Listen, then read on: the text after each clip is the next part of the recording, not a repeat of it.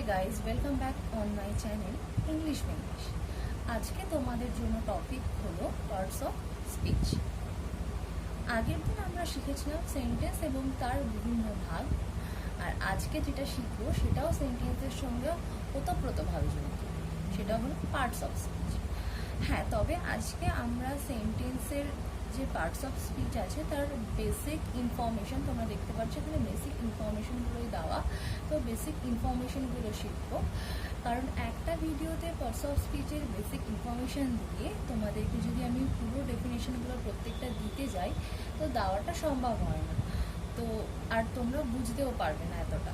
তো আমি চেষ্টা করব ছোট ছোট ভাগে প্রত্যেকটা ভিডিও করার, যাতে তোমাদের বুঝতেও সুবিধা হয় এবং নোট ডাউন করতেও সুবিধা হয়। তাহলে চলো শুরু করা যাক। Parts of speech. Words are divided into different kinds or classes called parts of speech. Words কে শব্দকে আমরা বিভিন্ন ভাগে ভাগ করতে পারি বা বিভিন্ন শ্রেণীতে ভাগ করতে পারি, different kinds or classes। সেই বিভিন্ন শ্রেণীভুক্ত শব্দগুলোকে parts of speech বলে। According to their use or according to the work they do in sentence। কিরকম ভাবে ভাগ করব? অ্যাকর্ডিং টু দেয়ার ইউজ, তাদের ব্যবহার, অথবা according to the work they do in sentence, অথবা একটা সেন্টেন্সের মধ্যে তারা কি কাজ করে, ওয়ার্ক উইচ দে ডু, তারা যে কাজটা করে ইন আ সেন্টেন্স, একটা সেন্টেন্সের মধ্যে, সেটার ভিত্তিতে আমরা পার্টস অফ স্পিচকে ভাগ করব। The parts of speech are 8 in number. সংখ্যায় এর ভাগটা কতগুলো? 8টা। পার্টস অফ স্পিচের 8টা ভাগ আমরা পাই। পার্টস অফ স্পিচকে ওয়ার্ড ক্লাসও বলা হয়। কেন বলছে? কারণ শব্দের যে ভাগগুলোকে আমরা পার্টস অফ স্পিচ বলি, সেই শব্দের ভাগের বা শব্দ শ্রেণীর ইংলিশ মিনিংটা হলো ওয়ার্ড ক্লাস। তো এই ওয়ার্ড ক্লাসের মধ্যে কি কি পড়ছে? নাউন or নেমিং ওয়ার্ড, অর্থাৎ যে শব্দগুলো দিয়ে আমরা কোনো কিছুর নাম বোঝাই, সেটা কোনো জায়গার নাম হোক, কোনো নদী, যে কোনো পশু পাখি, কোনো মানুষের নাম, অর্থাৎ ধরো রাম, বা কোনো মেয়ের নাম, নদী যেমন গঙ্গা, যমুনা, আরো অনেক অনেক নদী আছে, তিস্তা, তোরসা, এছাড়া বিভিন্ন জায়গার নাম, কোনো স্মৃতিসৌধের নাম যেমন তাজমহল, এই সমস্ত কিছুর নাম আমরা বোঝাতে নাউন ইউজ করি। প্রোনাউন রিপ্লেসেস আর নাউন, লেখাই আছে রিপ্লেসেস আর নাউন, এমন একটা শব্দ বা এমন কিছু শব্দ প্রোনাউনের আন্ডারে পড়ে যে শব্দগুলোর সাহায্যে আমরা নাউন অর্থাৎ নেমিং ওয়ার্ডকে রিপ্লেস করতে পারি, অর্থাৎ নেমিং ওয়ার্ডের জায়গায় আমরা প্রোনাউন ইউজ করতে পারি। একটা শব্দের মধ্যে যদি আমরা বারবার বলি Ram is a good boy, Ram is very honest, তো এটা শুনতে কেমন লাগছে? তার বদলে আমরা যদি বলি Ram is a good boy, he is very honest, তো এই যে হি, দে, ইউ, আই, মাই, এই সমস্তগুলো প্রোনাউনের মধ্যে পড়ছে। অ্যাডজেক্টিভ ডেসক্রাইবিং ওয়ার্ড, অর্থাৎ নাউন বা প্রোনাউনের দোষ, গুণ, অবস্থা ইত্যাদি বোঝাতে, পরিমাপ, এই সমস্ত যে শব্দগুলো দিয়ে বোঝানো হয়, অর্থাৎ নাউন বা প্রোনাউন সেটা কেমন, সেটা যে সমস্ত শব্দ ডেসক্রাইব করে তাকে আমরা অ্যাডজেক্টিভ বলি। এরপর আসছে ভার্ব। ভার্ব হচ্ছে অ্যাকশন ওয়ার্ড, অর্থাৎ যে শব্দগুলোর সাহায্যে আমরা কোনো কিছু কাজকে করা বোঝাই, যেমন সে খেলা করছে, সে সাঁতার কাটছে, তো এগুলো অ্যাকশন ওয়ার্ড, অর্থাৎ আমরা কোনো কিছু করাকে বোঝাচ্ছি। তো এখানে অ্যাকশন ওয়ার্ড হলো ভার্ব। অ্যাডভার্ব ডেসক্রাইবস আ ভার্ব। অ্যাডভার্ব হলো এমন কিছু শব্দ সমষ্টি বা এমন কিছু শব্দ যে শব্দগুলোর সাহায্যে আমরা কোনো ভার্ব অর্থাৎ কোনো কিছু করাকে ডেসক্রাইব করতে পারবো। অ্যাডজেক্টিভ ছিল নাউন বা প্রোনাউনকে ডেসক্রাইব করার জন্য কিছু শব্দ সমষ্টি বা কিছু শব্দ। অ্যাডভার্ব হলো ভার্বকে ডেসক্রাইব করার জন্য এমন কিছু শব্দ আছে যেগুলোর প্রত্যেকটার সাহায্যে আমরা ভার্বকে ডেসক্রাইব করতে পারি, অর্থাৎ যে অ্যাকশনটা আমরা করছি, যে কাজটা আমরা করছি, সেটা দ্রুত হচ্ছে, সেটা আস্তে হচ্ছে, বা সেটা কিভাবে হচ্ছে, সেটা কেমন ভাবে হচ্ছে, সেটা বোঝাতে ডেসক্রাইব আ ভার্ব অর্থাৎ অ্যাডভার্ব ব্যবহার করা হয়। Preposition shows relationship. প্রিপোজিশন কি বলছে? শোজ রিলেশনশিপ, অর্থাৎ যার সাহায্যে আমরা রিলেশনশিপকে বোঝাতে পারি। কনজাংশন জয়নিং ওয়ার্ড, অ্যান্ড হোক, বাট হোক, এই যে ধরনের শব্দগুলো, সেই শব্দগুলো দিয়ে, অর হোক, এই শব্দগুলো দিয়ে আমরা দুটো সেন্টেন্স বা দুটো ওয়ার্ডকে জুড়তে পারি। আমরা বলতে পারি Ram is a good boy, he is very honest. এটা না বলে আমরা বলতে পারি Ram is a good boy and very honest.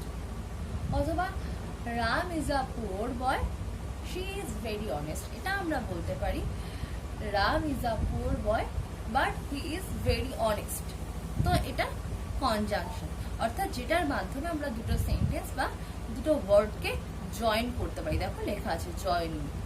Joining অর্থাৎ দুটো শব্দ হোক, দুটো বাক্য হোক, যেটাকে আমরা একসাথে জয়েন করতে পারি। প্রিপোজিশনটা বলেছিলাম শোজ রিলেশনশিপ, যেটা হলো রিলেশনশিপকে শো করছে, অর্থাৎ দ্য বুকস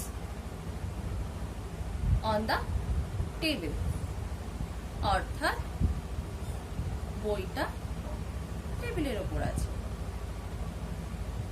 বা the cat is under the chair, চেয়ারের তলায় বিড়ালটা আছে।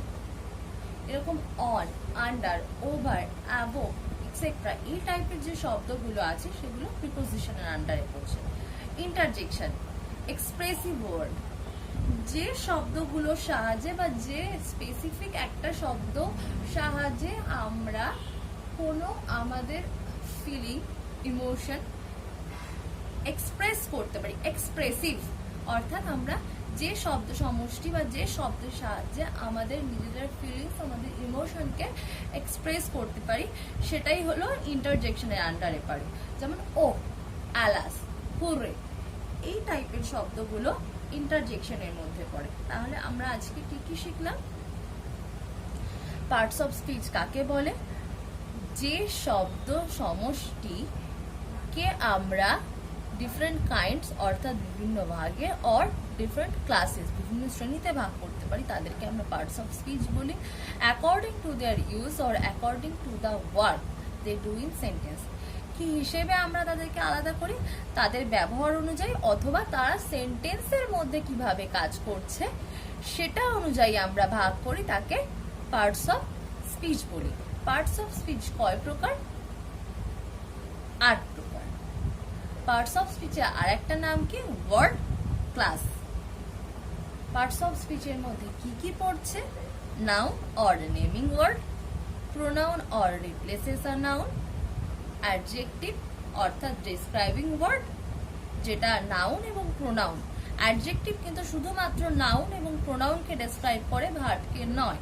শুধুমাত্র নাউন এবং প্রোনাউনকে যে ডেসক্রাইবিং ওয়ার্ড দিয়ে ডেসক্রাইব করা যায়, অনলি সেইগুলোকে অ্যাডজেক্টিভ বলা হয়। এরপর আসছে ভার্ব অর্থাৎ অ্যাকশন ওয়ার্ড।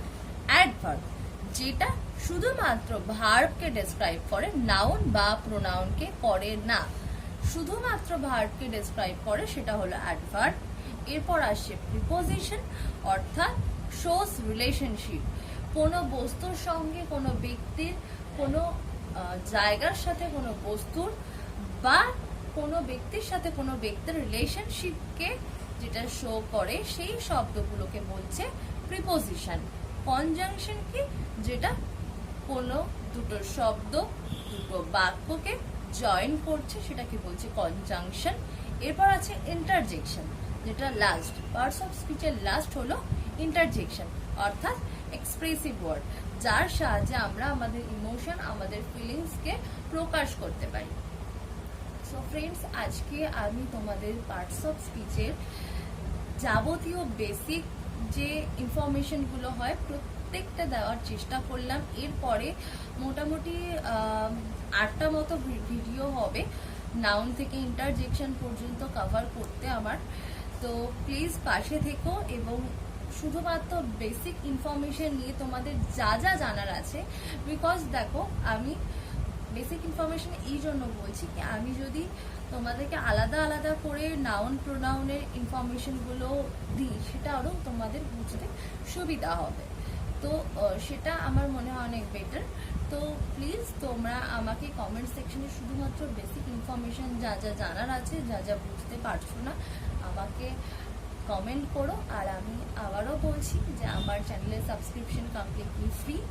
তো যাদের যাদের আমার ভিডিও পছন্দ হবে প্লিজ সাবস্ক্রাইব করো, লাইক করো অ্যান্ড শেয়ার করো যাতে অন্যরাও এর থেকে হেল্প পায়। তো দেখা হচ্ছে আবার নেক্সট উইকে। এখনকার মতো গুড বাই।